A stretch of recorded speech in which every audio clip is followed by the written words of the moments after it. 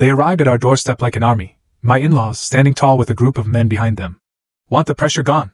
Then give us the house," they demanded, their voices sharp with menace. In that moment, I understood their love had always been conditional, built not on family but on greed and control. They thought they could scare us into submission, break us with threats and violence. But what they didn't know, they picked the absolute wrong woman to mess with. My name is Cassandra Cassie Miller, I'm 34 years old, and this is the story of how my husband and I faced down his own family. When they crossed a line so dark, it would shatter everything he thought he knew, and force me to confront a past I'd buried for good. I still remember that Sunday afternoon like it was yesterday. My husband, Nathan, and I were just planning our garden renovations, dreaming of summer, when suddenly, there was a knock at the door.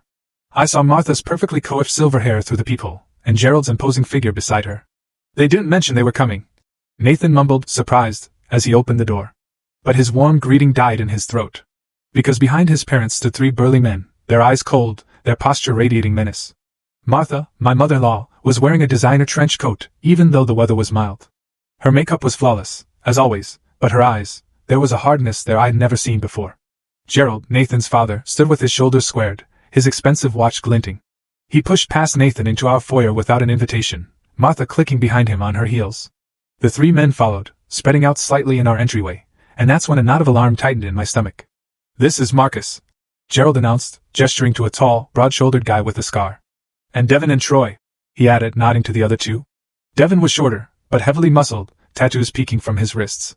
Troy was leaner, with calculating eyes that kept scanning our home. They weren't just visitors. "What's going on, Dad?" Nathan asked, his voice strained. He instinctively moved closer to me, a silent protectiveness that full story added in below.